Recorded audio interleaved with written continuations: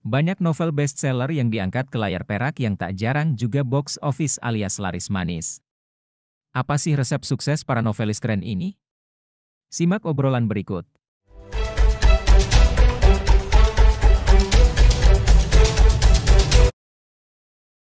Tapi sebetulnya gini, Nah Budi, ini perjalanan panjang. Jadi Ranah Tiga Warna ini mungkin ada 5 tahun, 6 tahun kali prosesnya ya.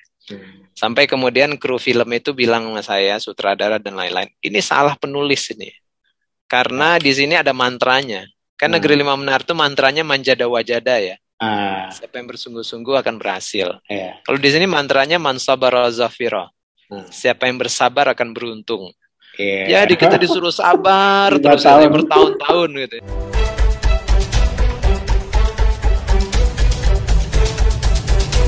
Terima kasih Ahmad Fuadi, penulis novel termasyhur sekarang nih. Nah, satu hal yang sering menjadi pelajaran yang menarik dari seorang yang sudah punya prestasi gitu adalah proses kreatif ya. Karena proses kreatif itu sangat individual, personal. Nah, siapa tahu bisa ditiru, menjadi inspirasi buat yang lain. Nah, Fuadi sendiri sebagai penulis novel yang sangat produktif dan sebagian sudah diangkat ke layar perak, kita pengen dengar nih, sebenarnya proses kreatif itu mulainya dari mana dan bagaimana, dan bagaimana itu menjaganya agar tetap terawat. Oke, ya terima kasih nih udah Budi. Jadi kalau dilihat background, saya itu bukan penulis sastra sebetulnya. Jadi dari zaman dulu sekolah ikut majalah kampus, kuliah juga ikut majalah kampus Visip Unpad gitu ya. Lalu habis kuliah gabung dengan Tempo sebagai wartawan. Jadi menulis adalah menulis fakta sebetulnya. Paling menulis opini ya. Opini juga untuk non-fiksi kan. Nah, pada suatu ketika tiba-tiba kepikir kenapa nggak menulis fiksi. Nah, itu bukan karena pengen menulis fiksi begitu saja. Ada prosesnya sebelum sampai ke keinginan itu. Jadi istri saya Yayi, sama-sama di Tempo juga dulu. Dia ini anak Jakarta, jadi dia tidak terhubung dengan dunia kampung, kayak saya orang kampung kan, dari pinggir Danau Maninjau. Lalu dia juga tidak terhubung dengan dunia pesantren. Nah, selama kita ngobrol itu dia terheran-heran dengan keunikan dunia kampung, dunia pesantren. Dia bilang, ini orang banyak nggak tahu ini, kata dia. Kenapa nggak dituliskan? Nah, jadi daripada nulisnya jelek, jadi istri kemudian dia lagi ada tugas ke Singapura, dia pulang-pulang bawain sebuah buku kecil, judulnya How to Write a Novel. Sesimpel itu, sejelas itu. Gimana cara nulis novel? Bukunya pendek, tipis. Ya udah, saya dengan sepenuh hati membaca from cover to cover ya, dibaca benar-benar gimana sih caranya, karena ilmu baru kan. Dan di sana kemudian saya mencoba memindahkan fakta, karena kan ceritanya berbasiskan kisah nyata, tapi difiksikan ya. Jadi fakta pindah ke fiksi. Data-data yang biasanya dipakai dalam bentuk karya jurnalistik sekarang difiksikan. Nah, itu ternyata paling tidak berhasil jadi buku, jadi novel gitu ya. Dan alhamdulillah novelnya bestseller. Jadi kalau menurut Gramedia itu mega bestseller karena laku 100.000 eksemplar dalam setahun.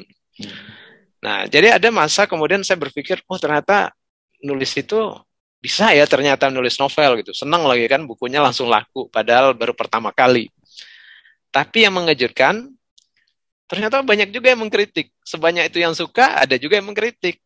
Dan karena baru menulis, saya pikir, ini kan novel laku, kok ada yang kritik sih gitu. Dan kritiknya macam-macam. Salah satunya adalah, ini novel kok kayak laporan jurnalistik gitu aja.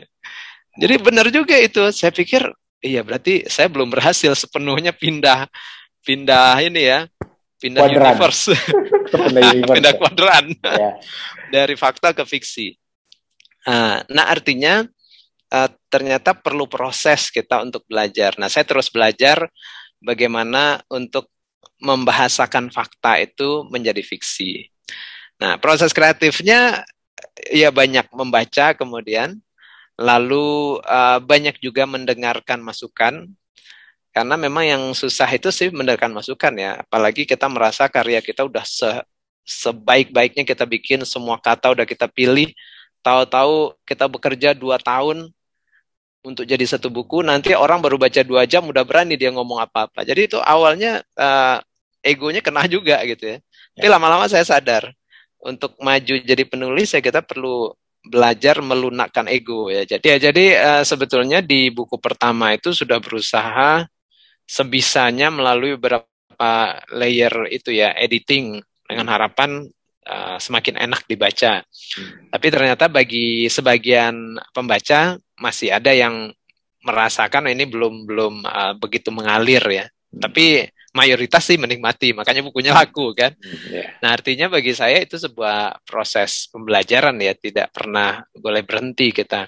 Apalagi kalau kita masuk ke ranah buku pop, artinya buku yang dibaca banyak orang, ya pasti akan banyak selera orang yang kadang-kadang tidak, ya namanya banyak artinya tidak akan sama ya. Ada yang suka, ada yang mungkin biasa aja, ada yang enggak.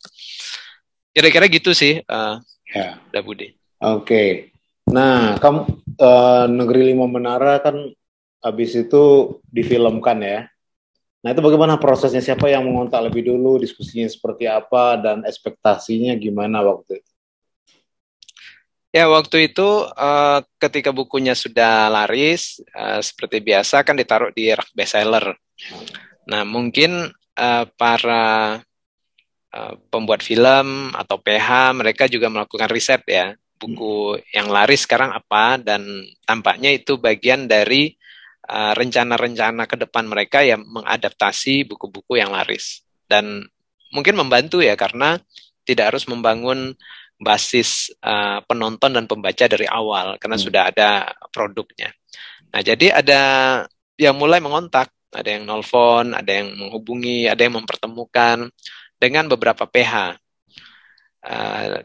Artinya di masa itu saya nggak punya kontak dengan PH ya, PH yang mengontak.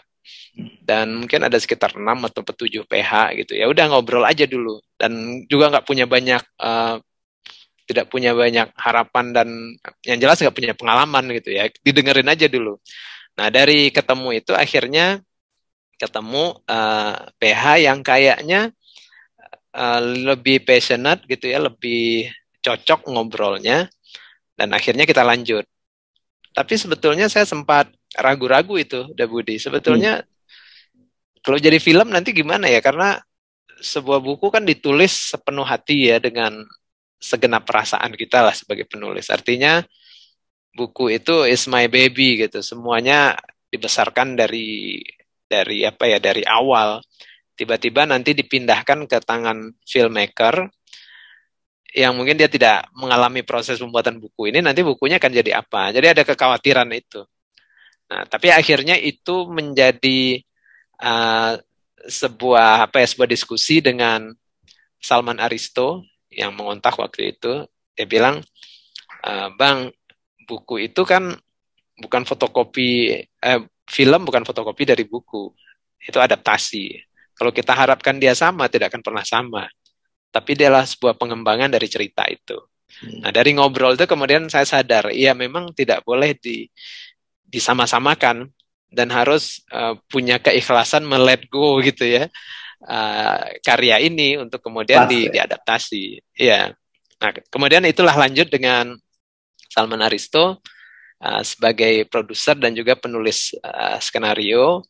Dan waktu itu saya bilang, saya boleh nggak terlibat dalam proses kreatifnya. Nah, artinya waktu itu saya dilibatkan mulai dari draft skenario sebagai creative consultant. Jadi selain sebagai penulis buku aslinya juga creative consultant. Jadi setiap draft skenario itu kita diskusikan. Lalu pemilihan cast, pemilihan pemain, saya juga bisa kasih masukan ya. Begitu juga di proses editing. Jadi kan film itu paling tidak 3 tahap tuh. Tahap masih blueprint sebagai skenario, tahap syuting oleh sutradara dan editing. Nah, di dalam proses itu saya dilibatkan, walaupun bukan yang final decision ya, bukan final say, tapi ada suaranya di sana. Nah, gitu tuh kira-kira. Dan itu belajar lagi ya, bahwa ternyata iya ini kerjaan kolaboratif luar biasa. Kalau nggak kebayang gitu ya betapa hebatnya orang kru film itu bisa bekerja sama di tengah hektiknya schedule, mereka bisa bikin karya. Nah, besok kan Ranah 3 Warna ya, mulai tayang di bioskop Ranah ya. 3 Warna. Ya. Ranah 3 Warna mulai tayang besok. Nah, kira-kira ada kesan tersendiri enggak waktu menulis seri kedua dari trilogi ini? Apa yang sangat terkesan bagi Fuadi? Ya, Ranah 3 Warna ini kan sambungan dari Negeri 5 Menara. Si karakternya tetap sama, Alif. Kalau Negeri 5 Menara, Alif di masa remajanya, jadi di masa kecil sampai kemudian masuk sekolah lanjutan, tapi dia di pesantren. Nah, Ranah 3 Warna adalah cerita dia ketika keluar dari dunia pesantren. Kalau di Negeri 5 Menara, dia dari dunia kampung masuk pesantren, sekarang dia keluar ke dunia bebasnya lah. Nah, ini kan ada tantangan pengembangan karakternya juga. Dia akan bagaimana? Akan melihat dunia bebas itu sebagai sebuah tantangan, sebagai musuh, atau sesuatu yang harus dilawan atau diikuti dan segala macam. Nah, jadi dalam proses penulisan Ranah 3 Warna ya, saya kembali mengacu pada antara lain perjalanan pribadi saya juga ketika keluar pesantren. Tapi tentu ya ditambahin fiksi dan karakter yang baru dan lain-lain. Nah, yang menarik sebetulnya saya juga memasukkan ada eksplorasi tidak hanya keluar dari pesantren di Indonesia, tapi dia juga sampai ke luar negeri. Makanya Ranah 3 Warna itu bercerita tentang perantauan si karakter ini di kampung halaman di Indonesia, lalu nanti ada episode kecil dia di Jordania dan kemudian di Kanada. Dan artinya di sini begitu masuk 3 kultur itu juga ada 3 bahasa, 3 kebiasaan dan lain-lain. Jadi lebih, kalau Negeri 5 Menara kulturnya mungkin lebih banyak Minang, pesantren, nah ini lebih internasional ya, lebih banyak. Dan seperti biasa saya mencoba juga mendekatkan pembaca nih kalau dengan cerita itu, jadi selalu ada petanya. Nah, ada petanya di depan dan belakang, yang peta settingnya, dan bookmarknya juga seperti daun ya, ini kayak maple leaf yang ada dalam cerita Ranah 3 Warna ini.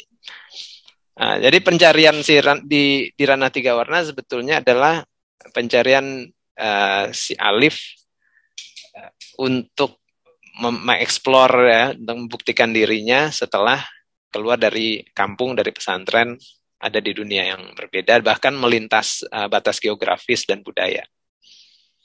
Oke, siapa saja nih ya cast yang terpilih untuk Ranah 3 Warna?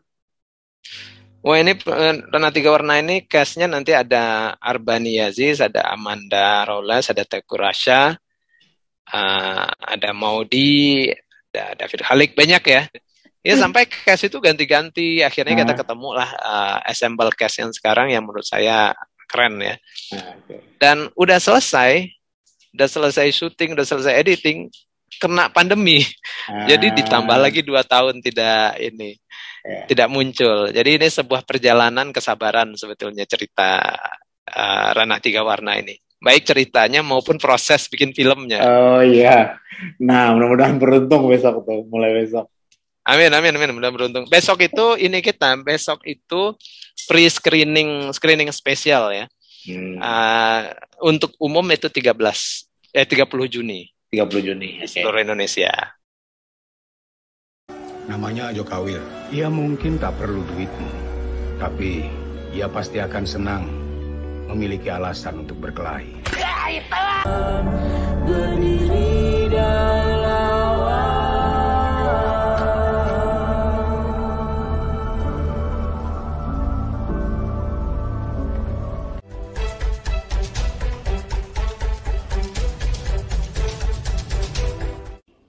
Halo semua, jumpa lagi dengan saya Budi Putra, host Tukang IT. Kali ini buat segmen podcast ya.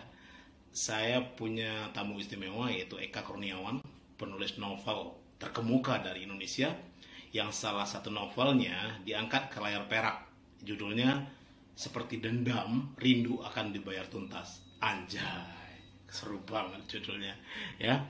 Ini film disutradari oleh Edwin, ya salah satu sutradara kita yang sangat menjanjikan ya, dan akan tayang di seluruh bioskop-bioskop Indonesia tanggal 2 Desember.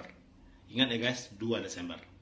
Tapi menariknya film ini sudah diputar di berbagai festival film internasional di luar negeri tentu saja ya, dan masuk nominasi, mendapat penghargaan dan lain sebagainya, dan sudah mendapat pengakuan dari berbagai kritikus film luar negeri.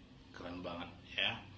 Nah, dalam kesempatan kali ini saya ngobrol dengan Eka Kurniawan, menggali bagaimana ide novel ini muncul dan kenapa novel ini yang diangkat menjadi film dan bukan novel-novel sebelumnya yang juga bagus-bagus ya. Novel Eka yang lainnya judulnya Cantik Itu Luka, Lelaki Harimau, dan masih banyak karya-karya lainnya ya. Ayo kita simak obrolan dengan Eka Kurniawan, penulis terkenal. Jika suatu saat nih Indonesia kebagian Nobel Sastra, besar kemungkinan itu pasti Eka Kurniawan lah yang akan dapat. Ya, kita simak.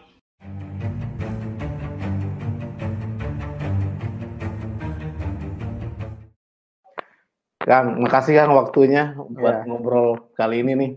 Ini novel Seperti Dendam, Rindu Harus Dibayar Tuntas itu ide mau memfilmkannya udah sejak tahun 2016 ya Kang ya. Nah, gimana awal ide sampai mau bikin dijadiin film tuh gimana tuh? Kenapa ini yang dipilih? Kenapa bukan Cantik Itu Luka, Lelaki Harimau? Awalnya sih memang Edwin kebetulan baca beberapa novelku. Nah, terus awalnya sih memang dia belum kepikiran untuk adaptasi novel itu. Dia kepikiran, dia senang dengan tulisanku, dengan cara nulisku. Terus dia kepikiran untuk kerja bareng gitu. Kerja bareng bikin skrip buat film dia berikutnya. Waktu itu kami belum ngobrol film apa sih. Ada beberapa ide, kami ya udah ngobrol beberapa kali untuk menemukan kesamaan ide apa yang mau ditulis. Awalnya sih memang karena Edwin biasanya sih kalau kata dia gitu, kalau bikin film itu nggak pakai skrip yang detail gitu. Dia hanya punya ide, pergi ke tempat syuting, tapi dia pengen sekarang bikin film yang udah ada skripnya dulu nih, udah udah jelas, dan ntar syutingnya yang ngikutin skrip gitu. Makanya dia pengen kerjasama gitu. Tapi waktu ngobrol-ngobrol gitu udah ya berapa kali ketemu ngobrol, dan ya udah bikin semacam sinopsis ya. Lagi ngobrol-ngobrol gitu karena mungkin agak prosesnya lumayan lama untuk brainstorm dan macam-macam. Tiba-tiba dia kepikiran, sebenarnya lebih gampang kayaknya mengadaptasi novelmu aja deh. Ceritanya udah ada, terus ya karena dia juga udah baca-baca novel-novel itu. Nah, terus kita tinggal bikin skripnya, gue bilang. Ya kalau itu pengennya sih ya, kalau aku sih ya terserah aja. Kalau memang pengen adaptasi ya tinggal detil-detil administratif aja, gimana maunya. Ada alasan khusus Edwin waktu itu memilih Dendam dibanding dengan yang lain? Nggak tahu persis juga sih, mungkin detil-detilnya Edwin yang bisa ngobrol sih, tetapi ya salah satu yang waktu itu kami obrolin, karena kami juga sempat mikirin opsi-opsi novel yang lain gitu ya. Salah satunya sih Seperti Dendam secara durasi lebih memungkinkan untuk sebuah film gitu. Terus ya mungkin juga ada semacam ketika baca Seperti Dendam, orang-orang sih nganggapnya novel itu lebih filmis gitu, lebih visual bentuknya. Visual ya. Lebih beraneka ragam visualnya ya. Kalau Cantik Itu Luka mungkin lebih ekstrim. Oke. Nah mulai benar-benar termaterialisasi kapan proses film ini, Kang? Iya, setelah itu sih apa namanya, Edwin ngubungin agensiku dan ya apa nama urusan kontrak-kontrak itu sebenarnya nggak terlalu lama, mungkin hanya 2-3 bulan selesai, ya udah habis itu. Karena sebelumnya juga kami udah sering ketemu kerja untuk brainstorm film yang awalnya ide awalnya, tapi kemudian belum enggak atau belum berlanjut, kami juga belum membicarakannya kembali. Ya udah lanjut aja kemudian apa namanya mencoba menulis skenario itu. Awalnya memang skenario itu aku yang bikin duluan gitu. Saya bikin duluan skripnya, beberapa ya percobaan dulu aja kayak bikin treatment beberapa, terus diskusi. Ya lumayan lama sih prosesnya, karena habis itu kan kemudian sementara aku ngerjain skrip, Edwin ngerjain dua film lain kan. Nah itu kan ada satu diskursus Kang ya, misalnya ketika sebuah novel difilmkan dari yang individual bertransformasi menjadi karya kolektif gitu. Jadi ada kekhawatiran tentang wah kita harus lupakan novelnya nih, harus menikmati filmnya. Apakah itu yang mendasari Kang Eka mau ikut nulis skripnya gitu supaya tetap ada irisan yang kuat gitu, Kang? Sebenarnya sih awalnya nggak kepikiran juga sih, karena biasanya apa namanya aku lebih mudah sebenarnya sebagai penulis novel yang memang obsesinya adalah nulis novel gitu. Aku sih sebenarnya cenderung lebih mudah untuk melepaskan novel ditulis oleh orang lain sebagai film gitu. Ya udah itu karya yang berbeda gitu. Misalkan untuk apa namanya yang cerita pendekku yang sama Regas itu kan Regas sama temannya yang nulis, aku sih nggak banyak terlibat gitu, hanya baca draft akhir dan ya udah gitu. Seperti di dalam ini memang agak berbeda karena itu tadi awalnya aku lagi nulis bareng sama Edwin, berlanjut aja gitu. Karena chemistry-nya sudah ada sama Edwin ya. Jadi terus ketika casting para pemain-pemain ini, apakah Kang Eka juga sempat ikutan atau gimana? Enggak sih, cuma dikasih tahu kisi-kisi atau bocoran-bocoran dikit aja sih. Oh ini premiernya tanggal 2 Desember ini ya Kang ya? Premier sih udah, tapi untuk rilis publik tanggal 2. Publik 2 Desember ya? Oke. Nah ini Kang, saya mau tanya soal ya dunia novel lah, dunia sastra sekarang lah ya. Ya kenapa sekarang setelah generasi Eka Kurniawan kok yang ada generasi novelis Wattpad aja gitu ya, maksudnya terlepas dari itu platform digital kan bisa ditayangin di platform apapun sebenarnya ya. Tapi kok ada yang terputus gitu Kang, maksudnya agak susah saya menemukan ya nama ya penerus generasi pelanjut pangkat estafet gitu. Apa sebetulnya yang terjadi? Tempo hari waktu saya ngobrol sama Golagong, dia juga bercerita concern yang sama gitu ya. Dan beberapa teman-teman yang lain. Nah, kira-kira menurut Kang Eka, kira-kira sekarang itu seperti apa dan bagaimana kira-kira kita mencoba membangkitkan lagi dunia sastra, dunia penulisan novel yang serius seperti ini? Iya, sebenarnya kalau soal platform seperti Wattpad atau sejenisnya, ada yang memang apa namanya platform global internasional seperti Wattpad gitu, atau ada yang lokal juga. Aku sih sebenarnya nggak terlalu khawatir dengan hal itu gitu. Dalam arti ya memang ada, bahkan ya sebenarnya itu hanya perubahan bentuk aja mediumnya. Maksudnya itu mereka punya apa ya, semacam lingkaran tersendiri antara lingkaran penulis dan pembacanya. Saya bayangkan misalkan di zaman saya masih remaja gitu ya, penulis pemula atau penulis remaja kan nulis di kayak di majalah Aneka, Anita Cemerlang dan sejenisnya, dan pembacanya juga ya anak SMP, anak SMA yang ya mungkin aja penulis-penulis senior zaman itu ya tidak menengoknya, mungkin hanya 1-2 yang nulis itu. Tapi kan itu buatku itu semacam apa ya? Semacam jalan pembuka lah untuk pembaca maupun penulis gitu. Ketika kamu mau menulis pertama kali kan zaman-zaman tahun 80-an, ya kebanyakan orang mungkin nggak berpikir mau nulis di anak SMP atau SMA, nggak berpikir nulis di Kompas atau Horizon gitu. Yang paling dekat lah paling mungkin majalah anak-anak, majalah remaja gitu.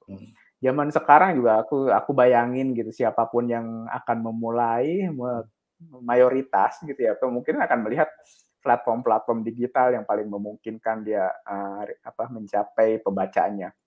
Dan pembaca-pembaca yang baru mulai juga ya kemungkinan dia cari hal yang paling mudah diakses gitu. Oh, Wattpad di sini cerita-cerita ya asik ya. Ya mereka baca, dan buatku yang paling penting sih bagaimana mereka kemudian tumbuh. Nah, problemnya adalah gitu.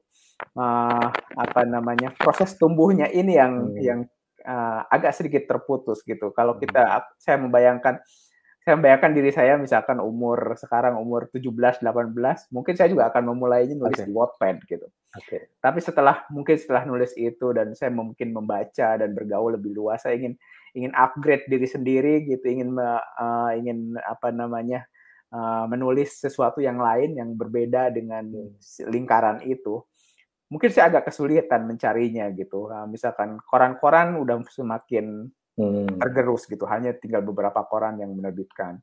Sementara mungkin platform untuk membaca khusus dewasa katakan. Saya tidak coba membedakan antara secara kualitas ya. Maksudnya di Wattpad bisa aja ada yang berkualitas dan di tempat lain juga ada yang tidak berkualitas. Tapi lebih ke segmen gitu. Artinya dari media untuk misalkan pemula, remaja, terus agak dewasa. Nah itu lompatan pertumbuhannya ini terganggu gitu. Seperti ya kalau sepak bola itu nggak ada divisi-divisinya yang jelas. Ya benar-benar ya. Apa ya kira-kira yang bisa dilakukan Kang untuk mendorong misalnya penulis-penulis baru sekarang yang mulai bermunculan, yang sebagian juga bagus-bagus, ada beberapa yang juga diangkat ke layar perak gitu ya. Berarti kan ada sesuatu yang mereka bikin gitu. Nah, dari segi pertumbuhan ke depan tuh apa yang bisa mereka lakukan? Ya kalau sekarang dalam kondisi sekarang yang ada ya salah satu mau nggak mau kita akhirnya melakukan jalan pintas ya, udah penulis-penulis yang mungkin udah sedikit bisa nulis, udah jalan. Jadi akan memaksakan diri akhirnya nulis buku aja gitu, tawarkan ke penerbit. Dan dalam konteks ini jembatannya hilang gitu. Tetapi di ujungnya gitu untungnya gitu, mungkin juga ini untungnya di dunia digital sekarang sangat membantu. Ada lebih banyak penerbit sekarang. Sangat memungkinkan seorang penulis pemula untuk menerbitkan langsung bukunya gitu, karena mendirikan penerbit relatif lebih mudah sekarang dengan distribusi, tidak harus besar-besaran, apalagi dengan konteks Indonesia yang sangat luas sekali gitu. Kita bisa penerbit bisa bikin penerbit jualan langsung di Tokped atau di Shopee, ya udah bisa langsung menjangkau orang gitu. Jadi soal pertumbuhan ini ya, misalnya kayak naik kelas atau menerbitkan buku itu lebih supaya menjangkau segmen yang lebih luas atau segmen tertentu ya kayaknya. Bukan lagi sekedar perubahan platform kan ya. Kalau platform berbeda akan membidik segmen yang berbeda pula gitu ya. Iya, kalau platform sih aku rasa sebenarnya lebih di-create aja sih, karena sebenarnya kayak Wattpad pun atau platform digital sebenarnya bisa bikin semacam segmen gitu. Karena kalau kita lihat misalkan di luar gitu, majalah-majalah yang secara tradisional, misalkan di Amerika secara tradisional jadi semacam pintu masuk sebelum masuk ke dunia penerbitan gitu untuk penulis seperti Paris Review, New Yorker gitu. Kan biasanya penulis-penulis yang apa namanya pemula, meskipun penulis-penulis udah established juga nulis di situ. Tetapi itu kayak seperti jalan juga untuk para pemula, biasanya nerbitin di situ. Dan mereka juga masuk ke dunia digital gitu, masuk ke bikin apa namanya terakses gitu. Dan kemudian itu juga ditambah dengan munculnya media-media lain yang kurang lebih mengisi itu gitu. Karena di Indonesia aku belum lihat sih. Nah, kalau soal proses kreatif nih Kang ya, jadi setiap orang kan punya pengalaman spiritual yang berbeda lah ya, pengalaman proses kreatif yang berbeda ya. Nah, nggak mungkin juga proses kreatif seseorang terus kita tiru akan berhasil juga gitu. Tapi paling tidak kita ingin mendengar sebetulnya proses kreatif Kang Eka itu seperti apa sih? Kok bisa melahirkan karya-karya yang hebat-hebat seperti bagaimana prosesnya, ide terus dijadiin kerangka dulu atau buku nulis aja langsung atau pengen dengar itulah dari seorang kandidat Nobel sastra ini. Kalau aku mencoba ingat-ingat lagi semacam perjalanan ya, mungkin ada proses yang sedikit berbeda juga dari masa ke masa yang berbeda bagaimana prosesnya ini. Di masa-masa awal mungkin ketika aku juga mungkin tidak punya banyak pengalaman, mungkin juga tidak punya kebiasaan untuk reflektif, cuma lihat tapi juga nggak dipikirin. Ya ketika pertama kali nulis sebagian besar sih ya mungkin meniru aja gitu, meniru. Aku baca majalah-majalah remaja, oh mereka nulis begini, satunya begini, ya udah aku tiru. Meskipun mungkin dunia yang kuceritakan itu bahkan aku belum pernah mengalami gitu. Belum pernah pacaran tapi nulis orang tentang pacaran misalkan. Ya hanya karena meniru dari apa yang sudah ditulis. Hanya kemudian aku geser aja supaya artinya ya tidak jiplak gitu. Tetapi ya setelah kemudian aku melihat mungkin ya di zaman remaja itu dan kemudian tumbuh sedikit lebih dewasa gitu, aku melihat bahwa ya kelihatannya kayaknya nggak bisa cuma niru-niru begini gitu. Apa artinya sebenarnya apa yang kutulis nggak ada bedanya dengan karya penulis lain gitu. Juga aku rasa ada pengaruh dari jarak waktu yang setelah itu aku membaca banyak karya, banyak novel-novel ya, kebetulan bisa akses lumayan banyak novel-novel bagus gitu. Ya aku bisa melihat tiba-tiba kok mereka bisa nulis yang begini ya, di luar sesuatu yang biasanya aku baca di majalah remaja. Kok orang bisa nulis tentang pengalaman merasa lapar gitu. Pengalaman di tengah perang gitu. Dan itu detail gitu ya Kang ya. Detail dan tidak pernah kutemukan di majalah remaja gitu. Tiba-tiba aku bisa melihat, wah ternyata aku bisa menulis hal-hal yang lain gitu, dan disitulah aku mulai mencoba, dan juga tidak hanya ceritanya, kemudian aku bisa melihat bahwa cara menulis bagaimana satu penulis dengan penulis lain juga ternyata berbeda-beda gitu caranya, dan itu ya yang kemudian aku pelajari. Jadi ya praktis aku belajar dari orang lain sih. Ya, harusnya mungkin sebenarnya kalau belajar formal mungkin lebih cepat sih prosesnya gitu. Tapi karena aku nggak punya nggak belajar secara formal menulis gitu, tidak pernah ikut semacam creative writing course atau sejenisnya, ya aku belajar kayak otodidak dari orang lain aja, dari tulisan mereka gitu. Malah kalau ikut yang creative writing malah nggak jadi ntar. Nggak tahu juga, tidak punya pengalaman soalnya. Terus jadi kalau membaca itu ada dua hal ya Kang ya, bagaimana kita mengikuti jalan ceritanya, yang kedua bagaimana cara orang menulis ya. Iya, dan biasanya dulu zaman masih awal-awal suka nulis, aku suka nulis ulang tulisan mereka gitu. Oke. Hanya untuk untuk ngerasain bagaimana proses mereka menulis, dari kata ini pindah ke kata ini, dari peristiwa ini kok bisa pindah ke peristiwa ini. Ada semacam mungkin secara nggak langsung aku belajar kayak proses dari seorang penulis ini, kalau kamu buka peristiwa ini akan masuk ke peristiwa ini gitu. Jadi benar-benar menulis ulang, bisa baca dulu satu buku, atau satu Ya. cerpen, terus tutup bukunya, terus Kang Eka nulis aja, nanti dibandingin gitu hasilnya. Gitu Nggak maksudnya. dibandingin sih, cuma ditulis ulang aja untuk Oke. ngerasain gitu. Untuk Tapi mengalami kemudian itu ya. habis itu aku coba metode yang berbeda, yang sedikit mirip tapi agak berbeda, menerjemahkan gitu. Aku baca novel bahasa Inggris atau cerpen gitu, aku terjemahkan ke bahasa Indonesia. Di satu sisi aku tetap ngikutin proses mereka gitu, kata per kata, peristiwa ke peristiwa, tapi di sisi lain aku juga membantu memperbaiki bahasa Indonesia aku, karena aku nggak perlu nggak perlu memikirkan ceritanya udah ada. Tapi aku memikirkan bagaimana peristiwa ini ditulis dalam bahasa Indonesia yang menurutku paling asik gitu ya. Itu juga ngebantu gitu. Apa karya terjemahan pertama Kang Eka, masih ingat? Lupa sih, tapi beberapa cerpen Maxim Gorky, terus aku nerjemahin Kenny Raw-nya Steinbeck. Ya beberapa cerpen sih kebanyakan. Menarik banget tuh. Jadi membaca ya sebetulnya yang menjadi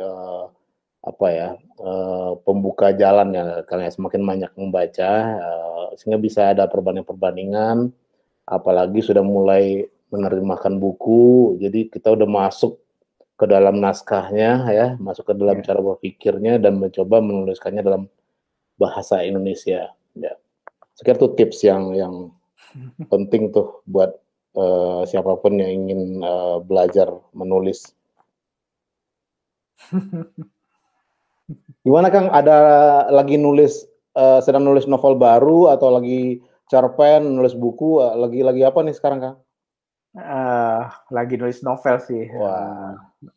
Udah agak sedikit lama sih, tapi harus siap-siap kita nih menunggu peluncurannya nih. Masih lama sih kayaknya. Temanya seputar apa Kang? Belum bisa diceritain sih. Biasanya sih kalau yang lagi dikerjain sulit untuk ngomong tema gitu, karena biasanya aku tidak berangkat dari tema gitu, tetapi lebih ke peristiwa gitu. Aku membuka dengan satu peristiwa, ya udah jalan aja terus. Oke, menarik.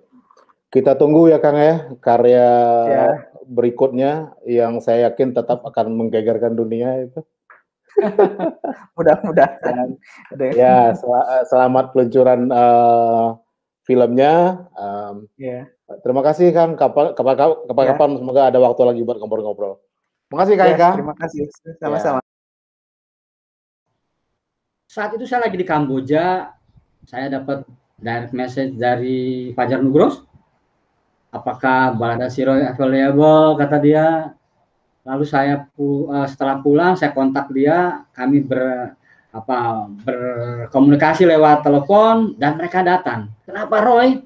Karena ada Boy, ada Lupus, ada nama-nama yang Ali Topan dan sebagainya, ada nama-nama yang mudah-mudahan antitesa dari Boy. Saya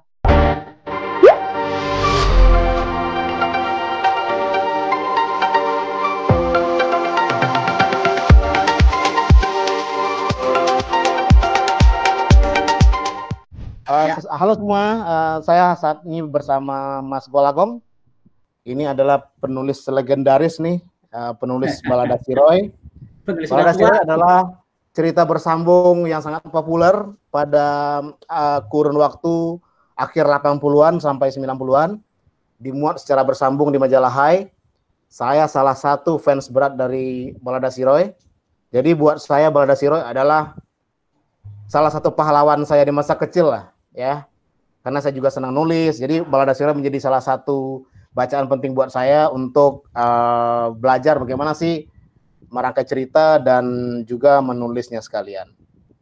Saat ini kita bersama Mas Golagong, kita ingin nanya-nanya nih karena Balada Siroy segera difilmkan, diangkat ke layar perak oleh IDN Pictures dengan sutradara Fajar Nugros yang juga teman saya. Bagaimana sih akhirnya bisa bekerja sama dengan produser film untuk mengangkat Balada Siroy ke layar perak? Karena kan sebetulnya dari saat terbit sampai sekarang kan udah lama banget ya Mas Gong. Ya, 30 tahun. Ya. tahun saya ingat tahun 90-an itu kan di layar bioskop itu yang film sequel itu Lupus dan Catatan Si Boy. Ya, saya ini perilakunya menyimpang. Jadi saya tidak begitu antusias berada di pusaran itu. Jadi memang strategis kalau misalnya Lupus, Boy, lalu antitesanya Roy. Kalau masih sombong lah saya, masih nggak butuh duit. Jadi lebih keren gitu ya, film Roy itu, tokoh Roy itu ada di benak pembaca. Saya juga menyukai itu, membayang-bayangkan Roy ini seperti apa. Beberapa kali upaya-upaya untuk merayu saya difilmkan, saya abaikan. Lalu muncul film Si Roy versi Rian Hidayat. Saya prihatin lah ketika mereka ada kecelakaan, 2 tewas krunya, kemudian pemainnya juga kecelakaan dipulangkan ke Praha. Itu semakin membuat saya tidak begitu berminat difilmkan. Tapi semua berubah ketika saya menikah lalu membangun Rumah Dunia. Itu tahun 96. Saya waktu itu bekerja di sebuah stasiun televisi swasta nomor 1 di Indonesia. Ternyata dana itu juga tidak mencukupi, idealisme butuh ongkos. Akhirnya saya merelakan film Balada Si Roy. Ada yang membeli waktu itu, Erna Santoso, tapi kena Krismon, gagal. Lalu tahun 2000 ada juga PH bikin demonya, gagal juga. Lalu Indika Entertainment bikin sinetronnya, berhasil, 26 episode. Saya punya dana untuk membangun Rumah Dunia. Kemudian gagal tayang di Indonesia, tayangnya di Malaysia. Lalu muncul lagi PH, siapa lagi ya? Tahun 2005, tahun 2012, bahkan sudah ditunjuk Ramon Tungka. Saya mohon maaf sekali ya kepada Ramon Tungka. Ya, saya tidak punya daya upaya lagi. Batal juga. Tahun 2015 juga ada satu anak muda datang ke Rumah Dunia, saya luluh lagi. Tapi setelah 3 tahun gagal juga. Nah, saat itu saya lagi di Kamboja, saya dapat direct message dari Fajar Nugros. Apakah Balada Si Roy available, kata dia. Lalu saya setelah pulang saya kontak dia, kami berkomunikasi lewat telepon dan mereka datang. Nugros sama Santi ya, produser. Dan pendekatannya bagus. Dia bercerita bahwa pernah suatu hari di Jogja ikut pelatihan menulis di mana saya jadi mentornya. Kemudian dia ingin sekali bertemu saya, tapi panitia mengusir dia karena dia tidak termasuk di komunitas itu. Saya kalau mengenang cerita ini suka sedih ya. Nah, itu yang sering diulang-ulang oleh Nugros. Kemudian akhirnya melihat keseriusan dia bilang saya akan berdialog tentang skenario, tentang film, dan tetap setting lokasinya di Serang tidak diubah. Bahkan Nugros datang ke perayaan 30 tahun Balada Si Roy di Rumah Dunia. Dia presentasi, dia membuka diri kepada para pembaca Balada Si Roy garis keras, sehingga para pembaca Balada Si Roy garis keras itu juga mengizinkan, udah Gong difilmkan saja. Akhirnya tahun 2018 ya saya menandatangani kontrak, tapi 2 tahun lama juga tuh. Saya bilang ini durasinya kan 3 tahun. Kalau 3 tahun ini gagal lagi, saya mau peti eskan sajalah Balada Si Roy. Memang nasibnya hanya ada di film para pembaca di benaknya. Tapi ternyata tiba-tiba Nugros bilang, Mas, jadi Mas. Pemainnya Abizar, Al-Ghifari, Fani, dan sebagainya. Lalu 16 Desember di launching. Ya, saya merasa bahwa memang barangkali Nugros memang disiapkan untuk itu. Persiapannya sejak tahun 2018 hingga sekarang menunjuk Salman Aristo, Hasan Aspahani terlibat juga di develop story-nya. Jadi rupanya para pembaca Balada Si Roy itu ditunggu dewasa gitu ya. Lalu kemudian datang ke saya. Saya pikir ini campur tangan semesta, ya, campur tangan Tuhan. Itu Bud, awalnya dari saya ceritanya. Menarik ya perjalanan naskah Balada Siroy untuk naik atau sampai ke layar perak ya. Ya. Dan yang menariknya akhirnya yang bikin adalah orang-orang yang memang dulu pembaca setia Balada Siroy ya. Iya. Saya siapa bisa menduga, saya ketemu Hasan Aspahani di Batam waktu itu, temu sastrawan Indonesia, lalu saya di entertain sama Hasan, ngobrol gitu ya. Saat itu tidak pernah terbayang, kata Hasan, tiba-tiba dia disodori naskah oleh Salman Aristo untuk bantu dia. Salman Aristo penulis skenarionya, Salman yang membantu mendevelop ceritanya. Jadi kata Hasan, siapa menduga gitu, saya pembaca Balada Siroy, kemudian terpengaruh puisi-puisinya, lalu tiba-tiba dilibatkan dalam produksi film. Nah ini ya akhirnya saya memasrahkan diri bahwa saya harus ikhlas bahwa film itu adalah karya sutradara, sudah ahli wahana. Selesai saya di situ. Oke, Mas Gong, ya, bisa diceritain nggak sebetulnya dari awal itu bagaimana sih muncul ide bikin Balada Siroy, kenapa namanya Siroy, terus settingannya kenapa seperti itu ya? Silakan Mas. Kalau teliti gitu ya, ya saya anak sastra, jadi anak sastra, saya mulai mencatat fenomena remaja tahun 80-an itu tahun 81 kelas 1 SMA. Ya saya punya latar belakang membaca karya-karya sastra, sehingga pada akhirnya setiap orang yang senang membaca, pada akhirnya dia akan menulis. Nah, itu secara alamiah ya, secara alamiah saya mencatat setiap peristiwa saya, peristiwa teman-teman dengan imajinasi, saya catat di buku harian. Itu kelas 1 SMA. Saya juga menulis puisi untuk media waktu itu, tapi belum serius lah, belum memakai nama yang akan fenomenal misalnya. Jadi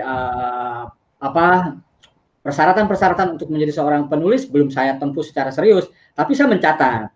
Kemudian kuliah di sastra ya kan, memperdalam ilmunya.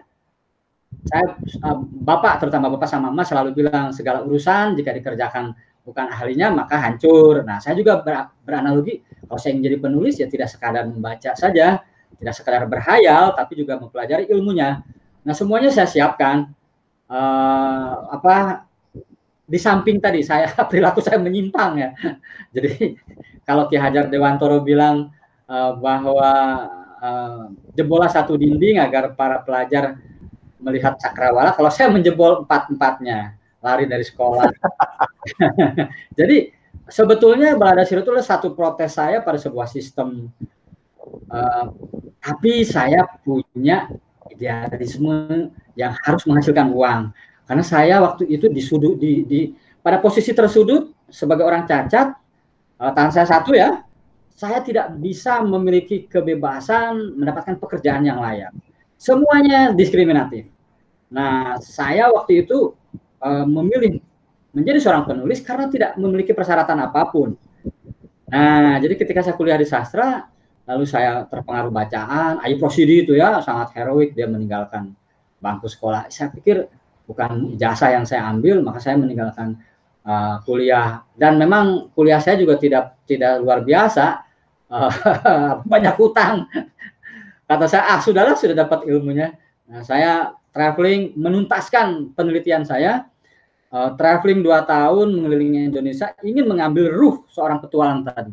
Apa sih yang didapat seorang petualang di jalan, di gunung, di pantai, saat senja, saat purnama, saat rindu, saat cinta lokasi, semuanya saya cari dan saya dapatkan.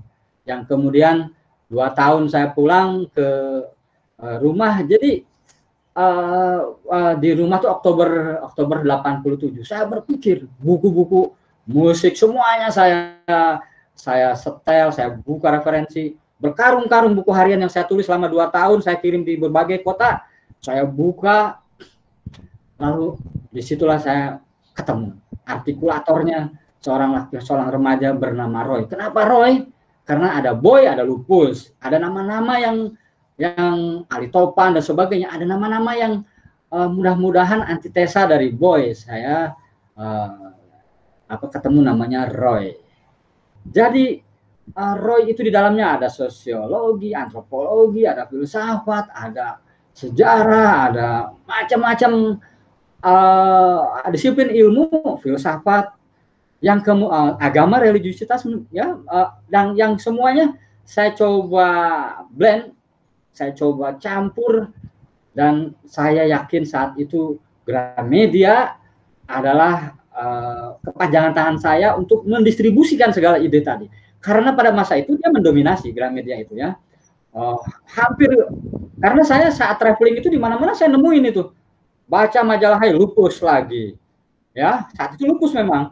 Jadi kayaknya saya harus mensosialisasikan puisi atau pepatah-pepatah atau quote-quote, dan hanya Gramedia yang sanggup waktu itu.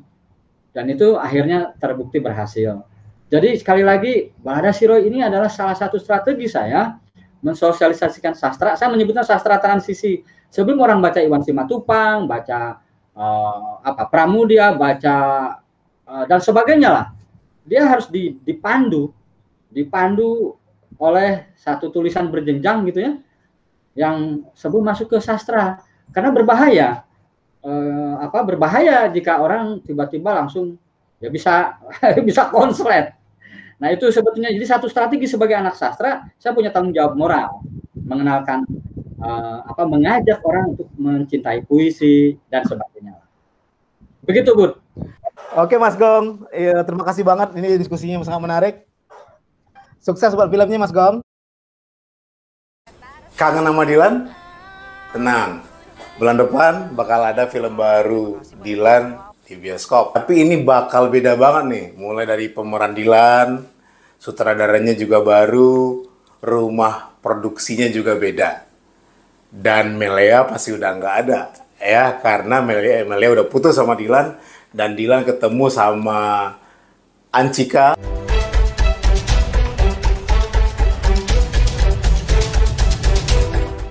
Ini adalah film keempat Dilan.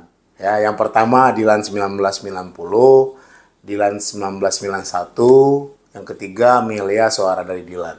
Nah, ini yang keempat, Anchika. Nah, yang menarik adalah Dilan diperankan oleh Arbani Yazis.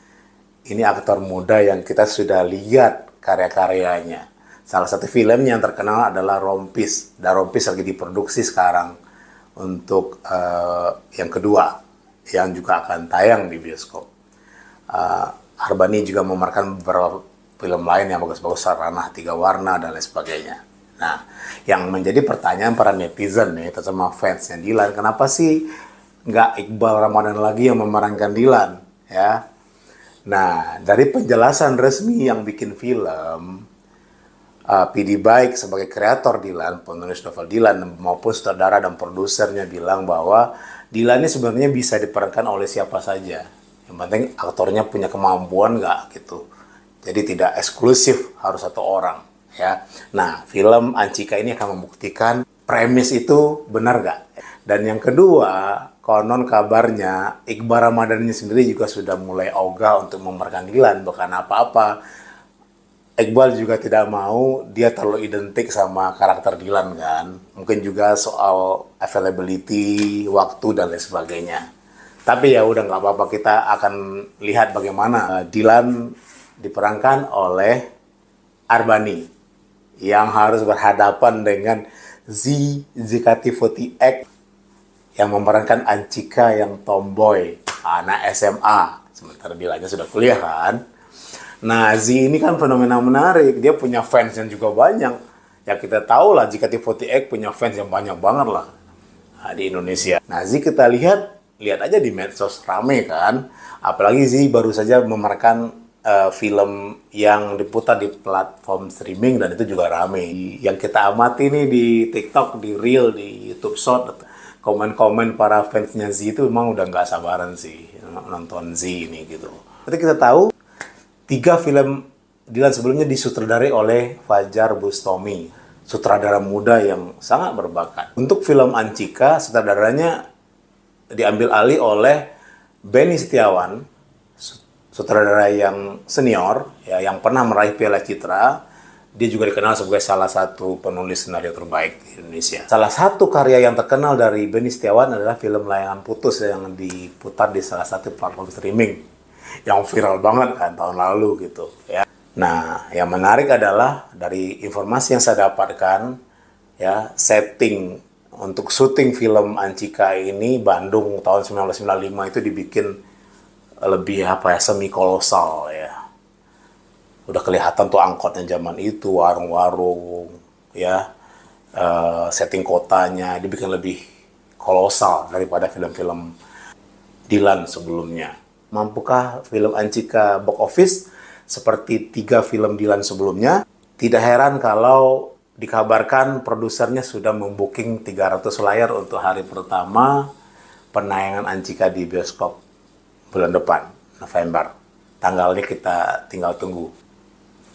Oke, jangan lupa datang ke bioskop bulan depan untuk mengobati kerinduan kita sama Dilan dan melihat bagaimana acting dari Z Jekatifuti Ek dalam memerankan Ancika.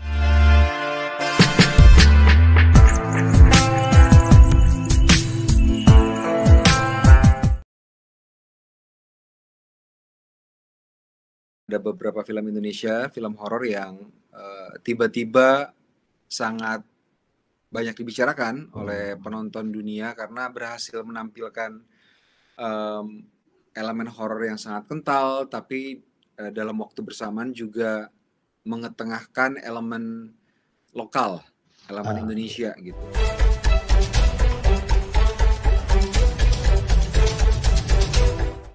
Joko Anwar adalah salah satu sutradara terbaik Indonesia. Tanggal 4 Agustus mendatang film terbarunya, Pengabdi Setan 2, akan hadir di bioskop. Joko Anwar membeberkan rahasia bagaimana film Pengabdi Setan bisa sangat berhasil dan mendunia. Yang terjadi sekarang, apakah karena memang penontonnya yang rindu dengan film Indonesia, atau film Indonesia itu memang secara kualitas sudah mulai bagus-bagus, atau kedua-duanya? Kalau ditanya soal film Indonesia, memang sebelum kita berhenti, ketika pandemi dimulai, kita sedang berada di puncak, bisa dibilang masa kemasan, karena film Indonesia terjual paling banyak setiap tahun. Kita menjual lebih dari 51 juta tiket di tahun 2019 dan 2018. Masing-masing per tahun, dibandingkan dengan tahun 2017 kita hanya menjual sekitar 38 juta tiket untuk film ini. Jadi peningkatannya sangat signifikan dari tahun 2017 ke dua tahun 2018 dan 2019. Dan memang kepercayaan penonton terhadap film Indonesia luar biasa. Sebelum pandemi, bukan saja film kita diterima oleh penonton lokal, di pasar global kita juga semakin diperhitungkan, ditandai dengan banyak sekali film-film, nggak banyak tapi semakin banyak ya film Indonesia yang berhasil menembus platform komersil, ditayangkan di negara lain di bioskop secara komersil maupun bisa diterima di festival internasional yang bergengsi. Jadi kalaupun misalnya kita nanti setelah pandemi atau sekarang bioskop sudah dibuka dan penonton film Indonesia sudah ada lagi, semakin terlihat, ini memang karena sebelum pandemi Indonesia sedang dicintai oleh audiens gitu. Bagaimana sih sebenarnya orang luar gitu ngelihat kebangkitan film dari Indonesia, bro? Karena sebelum ini kan biasanya Thailand, ya. Ya. Jepang sama Korea memang udah lebih duluan dari kita lah. Itu bagaimana sih respon orang melihat tiba-tiba Indonesia muncul dan kualitasnya juga nggak main-main gitu? Ya, mereka kalau dilihat dari berita-berita, artikel yang ada ataupun tanggapan di sosial media, mereka sekarang sangat tertarik dengan film genre Indonesia gitu. Dimulai dari film The Raid, film action, kemudian film horor. Ada beberapa film Indonesia, film horor yang tiba-tiba sangat banyak dibicarakan oleh penonton dunia karena berhasil menampilkan elemen horor yang sangat kental, tapi dalam waktu bersamaan juga mengetengahkan elemen lokal, elemen Indonesia gitu. Misalnya kalau di Pengabdi Setan biasanya film-film yang dibicarakan atau film yang populer di luar negeri, film horor adalah film-film yang memiliki elemen agama, tapi agamanya mungkin agama Kristen, Katolik seperti Exorcist atau beberapa film lagi, atau merupakan film horor yang ada elemen lokalnya, ada mitologi, folklore, urban legends dari sana, dari Amerika gitu. Dan ketika ada film seperti Pengabdi Setan yang kental sekali dengan nuansa Indonesia, ini juga ada elemen agama Islam di situ. Mereka seperti angin segar gitu, karena ada film horor yang berbicara dengan memasukkan elemen-elemen yang tidak sering ada di film-film horor yang mereka tonton. Jadi buat mereka ini adalah angin segar. Demikian juga dengan film-film horor lain selain Pengabdi Setan gitu. Ada elemen lokalnya yang membuat mereka tertarik gitu. Oke, nah saya kan ngikutin Joko Anwar ini dari awal lah ya. Nah dulu Modus Anomaly misalnya. Modus Anomaly waktu dirilis reviewnya agak mix ya, Jok ya, waktu itu agak mix ya. Yeah. Terus begitu Pengabdi Setan itu kayaknya udah akur aja semua, ya. Udah akur. Nah, yang mau saya tanyakan adalah sebagai yang bikin film, sebenarnya memang Pengabdi Setan itu memang terasa lebih baik bikinnya, atau sebenarnya baik Modus Anomaly, Pengabdi Setan, dirimu tuh udah bikin all out, udah sama aja, kualitas nggak ada, cuma beda selera aja gitu para kritikus di luar. Kira-kira itu kenapa bisa agak beda reviewnya? Kalau film tentunya, kalau saya bikin film tentunya all out ya, dari segi storytellingnya tentunya dinomorsatukan, perlu ada style, tapi saya percaya bahwa yang paling utama adalah storytelling gitu. Nah, ketika kita membuat filmnya juga dari segi teknis, dari segi estetika kita maksimalkan, kita mengeluarkan effort yang terbaik yang kita bisa berikan dalam sebuah project, sebuah film. Kalau penerimaan penonton maupun kritikus itu biasanya sangat tergantung kepada jenis filmnya.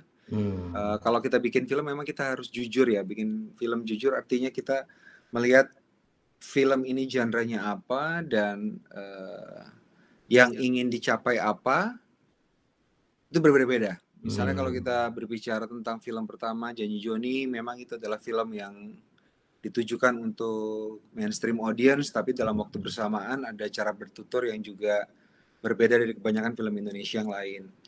Kalau ngomongin film Kala, itu lebih mix lagi penerimaannya ketika dirilis dulu gitu. Karena ini film Indonesia, bahasanya ada sebagian bahasa Jawa, kayaknya filmnya takes place di Jawa, tapi kenapa kostumnya kostum Amerika tahun 40-an? Kostum Amerika tahun 40-an di film Amerika gitu, ada film noir. Jadi memang setiap film beda-beda, ada yang merupakan sebuah film yang eksplorasi cara bertuturnya sangat berbeda dari kebanyakan film seperti Kala, Pintu Terlarang, Modus Anomaly, terutama Modus Anomaly yang memang kita filmnya itu bisa dibilang pemain utamanya satu dan kebanyakan kita mengikuti dia, kamera mengikuti dia. Jadi dari segi cara bertutur mungkin tidak biasa karena tentunya orang terbiasa dengan adegan yang melibatkan banyak orang, sehingga mungkin penerimaannya ada yang bisa menerima cara bertuturnya, ada yang tidak gitu. Kalau Pengabdi Setan mungkin karena dari segi subgenrenya supernatural horror, orang sudah sangat familiar film Indonesia dari tahun 70-an, masa kemasan film horor kita 80-an awal juga supernatural horror adalah subgenre yang sangat sering ditampilnya, jadi orang sudah terbiasa. Jadi mungkin gitu kali bro, jadi karena orang udah terbiasa, cara bertuturnya lebih banyak yang lebih gampang menerima. Tapi kalau saya sih bikin film tidak hanya ingin menyenangkan penonton dengan cara bertutur yang mudah, bahkan dalam Pengabdi Setan pun ada beberapa yang tidak biasa gitu, baik dari segi cara saya menyampaikan cerita ataupun isi ceritanya sendiri. Tapi itu kembali lagi ke maksud dari pembuatan setiap film. Terima kasih Bro Joko Anwar. Terima kasih Bro.